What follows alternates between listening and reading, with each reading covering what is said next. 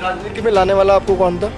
देखिए, राजनीति मेरे को सबसे पहले लाने वाले विनीत अग्रवाल शाह जी आज व्यापार प्रकोष्ठ के प्रदेश सोचक हैं। राजनीति लाने वो हैं, तो हमने वहीं अपने दोस्तों से बैठ के बात करी कि हम क्यों ना अपनी एक किचन चलाएं।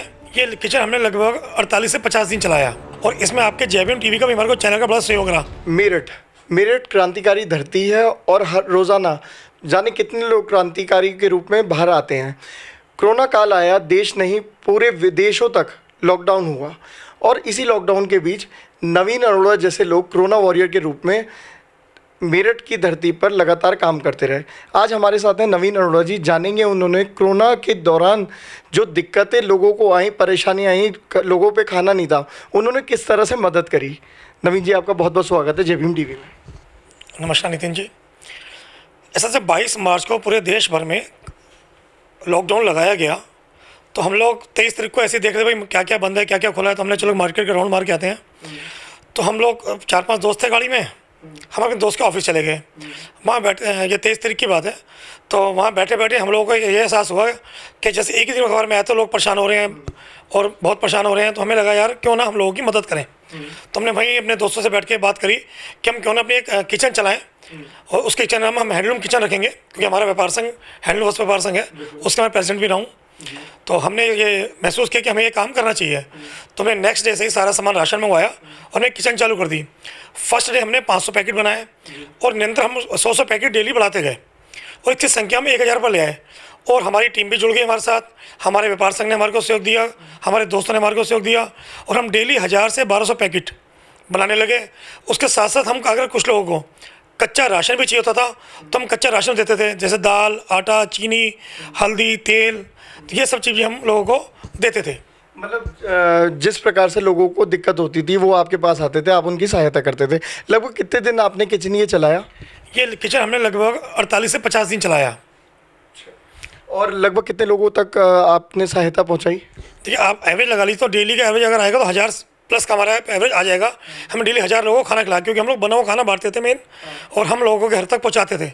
हमारी टीम पूरी लगी हुई थी। जैसे जैसे हमारे पे, क्योंकि हमारे ये सिटी हलचल ने हमारी इसमें मदद करी काफ़ी, और उन्होंने हमारे नंबर सारे चैनल पर चलाए। तो लोग हमारे को पूरे दिन फ़ोन करते थे कि यहाँ लोग बड़े परेशान हैं, इनके पास खाने को नहीं है, मजदूर हैं। तो हम सबको खाना देकर आते थे। नहीं, पूरे मेरठ ने देखा, वीडियो भी वायरल हुई और लोगों ने ये भी बताया कि कोरोना के दौरान अगर कोरोना वॉरियर निकले हैं तो आपका भी नाम था और भी बहुत से ऐसे लोग थे, संस्थाएं थी जो आगे आईं। अच्छा, आपने लगभग 50,000 लोगों को इन 50 दिनों में खाना पहुंचाया? जी बिल्कुल, 50 लोगों को हमने खाना पहुंचाया और इसमें आपके जेबीएम टीवी का भी हमारे को चैनल का बड़ा सहयोग रहा और इसकी भी हमारे को पूरी मदद मिली जिससे हम लोगों तक पहुँच सके। जी, बहुत बहुत धन्यवाद। और अच्छा नवीन जी, अगर मैं बात करूँ राजनीति की, आप लगभग काफ़ी सालों से भाजपा की में राजनीति करते हैं और काफ़ी सालों से एक्टिवेट हैं, तो थोड़ा सा अपने बारे में बताएं लोगों को, ताकि लोगों को जानने का मौका मिले कि नवीन जी समाजसेवी होने के साथ साथ राजनीति में कितना सक्रिय हैं। देखिए, वर्ष 2000 से मैंने अपनी राजनीति शुरू की थी, एक छोटे स्केल पर ही की थी। उसके बाद मैं व्यापार संघ से जुड़ा, तो मैं 2003 से लेकर लगातार 2018 तक मैं व्यापार संघ के अध्यक्ष और महामंत्री लगातार। हमारा हैंडलूम वस्त्र व्यापार संघ एशिया की बहुत बड़ी मंडी में खद्दर की है मेरठ में, जिसका मैं लगातार अध्यक्ष और महामंत्री रहा हूँ पिछले 18 वर्षों से। इसके अलावा मैं भाजपा से जुड़ा हूँ, तो मैं युवा मोर्चा में भी रहा, व्यापार प्रकोष्ठ टीम में रहा और महानगर टीम में भी कुछ तक मैं रह चुका हूँ। राजनीति में लाने वाला आपको कौन था? देखिए, राजनीति मेरे को सबसे पहले लाने वाले विनीत अग्रवाल शाह जी आज व्यापार प्रकोष्ठ के प्रदेश सोचक हैं। राजनीति लाने वो हैं। उसके बाद मेरे राजनीतिक गुरु जो बने वो राजेंद्र अग्रवाल, जो हमारे सांसद हैं मेरठ ठाकुर लोकसभा के, वो मेरे आज गुरु हैं। अच्छा। और मतलब जैसे आपने कोरोना काल देखा, लोगों ने कभी सोचा नहीं होगा, और भाई दुनिया एक तरह से, देश ही नहीं, शहर ही नहीं, दुनिया एक बंद हुई, कभी किसी ने सोचा होगा कि इस तरह की स्थिति आएगी? देखिए, जो ये स्थिति आई है, मैं क्या मतलब आने वाली पीढ़ियाँ इस बारे में कभी नहीं सोच पाएंगी कि ऐसा क्यों हुआ, या पीछे वाली पीढ़ियाँ जो हमारी चलेगी वो सोचती कभी ऐसा भी होगा। ये एक ऐसा अजीब एक वायरस आया जिसने पूरी दुनिया को, विश्व को हिला के रख दिया, और जिसके लिए आज तक लोग हद मतलब बिल्कुल परेशान हैं। कई हम काफ़ी बड़े बड़े लोगों से मिले जो मोटिवेशनल स्पीकर थे और कई तरह की, तो उन्होंने कहा ये तो कुदरत की लाठी थी जिसमें आवाज़ नहीं थी। तो ऐसा है, ऐसा लगता है आपको भी? देखिए, इसे कुदरत की लाठी ही कहा जाएगा। हाँ। क्योंकि देखिए, भूकंप आए इन दिनों। हाँ। कभी कहीं कुछ आया, कभी भूकंप आए, कहीं लोग मर रहे हैं, तो ये इसे कहते हैं हम कुदरत का कहर ही कहेंगे, और इसे कुदरत कहर ही कहना चाहिए। क्योंकि जैसे हम लोग सुनते भी आए हैं कि प्रलय आनी है और दुनिया ख़त्म होनी है, तो हो सकता है उसका एक रूप हो ये। अच्छा, देखा गया कि जो गंगा जो अरबों खरबों रुपए खर्च होने के बाद भी साफ़ नहीं हो रही थी, इस लॉकडाउन के दौरान गंगा साफ़ हो गई, लोगों को शहरों से पहाड़ दिखने शुरू हो गए, पलायन वापस जो पलायन का बजट करोड़ों रुपए का था वो लोग आते ही नहीं थे, लोग अपने गांव में वापस आ गए। तो इस लॉकडाउन को हम देखा जाए, कोरोना काल को देखा जाए तो ये फ़ायदेमंद भी था, आपस में परिवार एकजुट हुए। बिल्कुल ये हकीकत है, जो परिवारों के पास इकट्ठे बैठने का टाइम ही नहीं था, क्योंकि अब देखिए पहले होते थे संयुक्त परिवार, अब संयुक्त परिवार रह ही नहीं गए। बेटा कहीं जॉब कर रहा है, बेटी कहीं जॉब कर रही है, शादी हो गई, लेकिन इस लॉकडाउन में सबको मिला दिया और परिवारों में ऐसी आत्मीयता बढ़ी है कि लोगों ने एक दूसरे परिवार को जाना, बच्चों को जाना, और इससे बहुत ऐसे प्रगाढ़ संबंध बने लोगों के अपने परिवार के बीच। आप भी मेरठ में हारमोनी, जो एक बहुत बड़ा होटल है हारमोनियन, वो आप चलाते हैं, और लोग शादी के दौरान या फंक्शन के दौरान करोड़ों करोड़ों रुपए खर्च करते थे, पर अब लॉकडाउन के बाद स्थिति आ गई है कि 40 से 50 लोग इकट्ठे होते हैं और छोटा सा फंक्शन होता है तो खर्चा भी बचने लगा।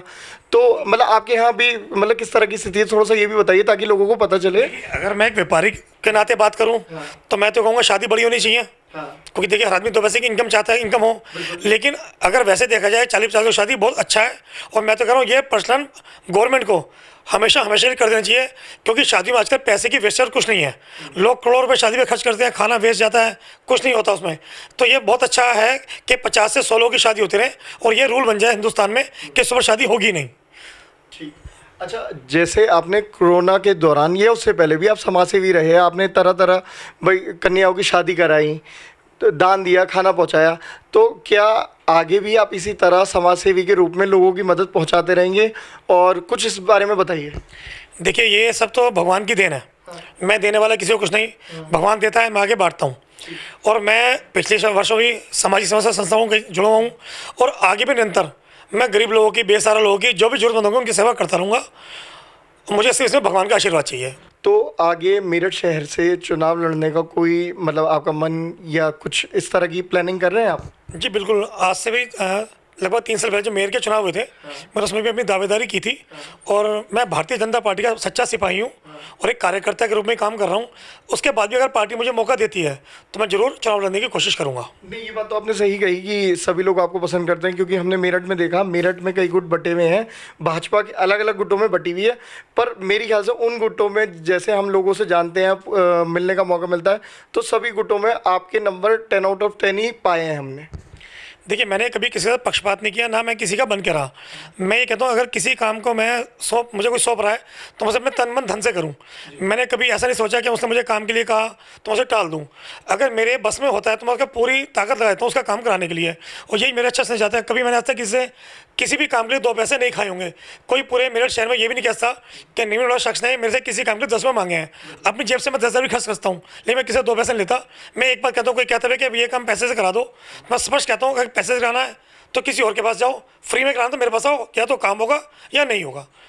चलिए, बहुत अच्छा लगा आपसे मिलके। भगवान करे आपको पे पैसा बरसाते रहे और आप लोगों की यूं ही मदद करती है। शुक्रिया बहुत बहुत हमसे बात करने का। धन्यवाद जय भीम टीवी का, मैं आपका बहुत बहुत धन्यवाद करता हूँ।